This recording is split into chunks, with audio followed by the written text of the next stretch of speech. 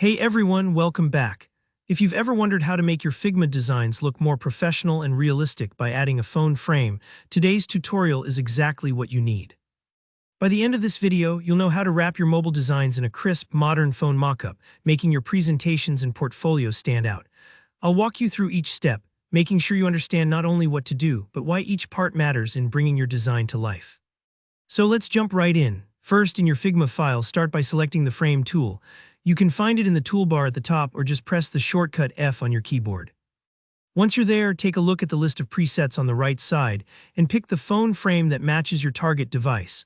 Maybe that's an iPhone 13, a Google Pixel, or any other phone you're designing for.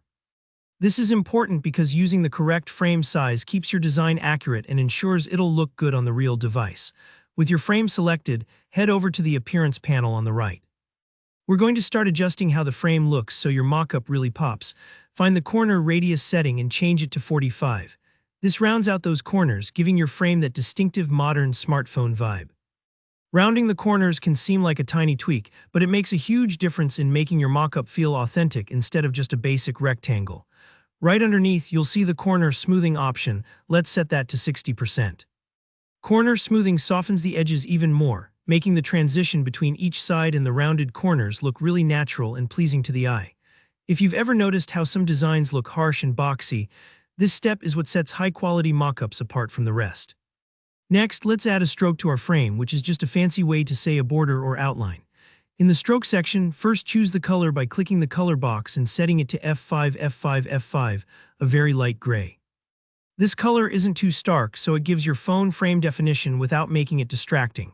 Set the weight to 10. The weight is basically the thickness of the border. 10 is bold enough to be visible, but not so thick that it overtakes your design. Make sure to set the position to outside, so the stroke wraps around the outside of your frame rather than shrinking your screen area. Now for a bit of style, let's add an effect. Still in the Properties panel, scroll down to Effects, click the plus sign and choose Drop Shadow. Drop shadows give your frame a sense of depth, making it float above the background just like a real phone might cast a shadow on a table.